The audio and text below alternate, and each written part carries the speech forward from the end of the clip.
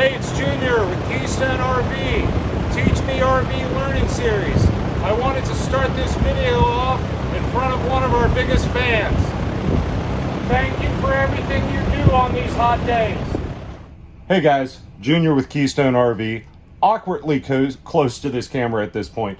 Welcome back to Teach Me RV. Today we're playing with the Dometic thermostat. We're going to be covering two of the most common questions we get with this Dometic thermostat.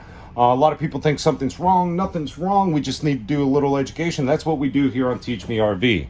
Let me jump out of the camera frame. I never know whether I was actually in it or not. So we have a power button on this left-hand side that when we cycle through, it actually will say off, really super small down here.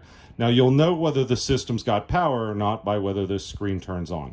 Yeah, this obviously turning blue, so we're good to go. The next one in, let's zoom this in just a little bit. Not that much.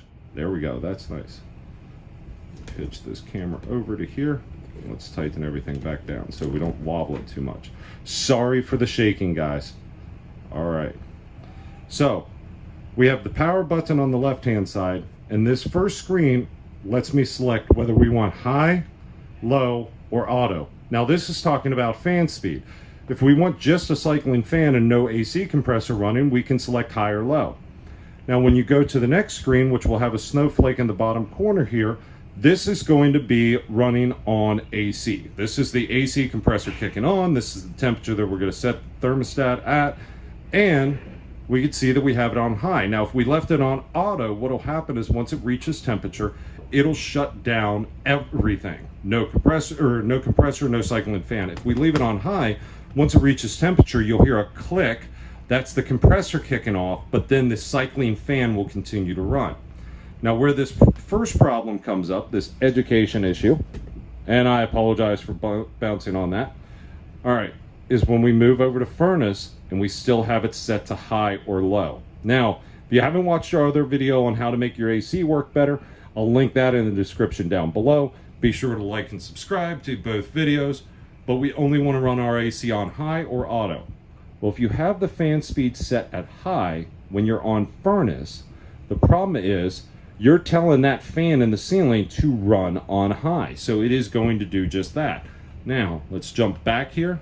I don't know if you can hear it on the camera, but it was running. Now we've selected auto and furnace, and 90 degrees, AC shuts off. Beautiful. That's just what we wanted to happen.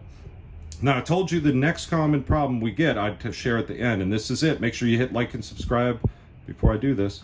Up arrow and down arrow at the same time. Why is my thermostat read between 13 and 32 degrees? That's Celsius. That's for the people who have not landed on the moon yet. So, up and down arrow at the same time, switches it back and forth. You can imagine this is a hallway here, so it'd be that's why the camera's so close to everything. If I can get it to switch now, there we go. That's why the camera's so close here, and I'm having to literally stand on battery boxes trying to get the angles that I need in this fifth wheel. But we do it for you guys. Make sure you like and subscribe to the video, and we'll catch you next time. Have a blessed day. Goodbye.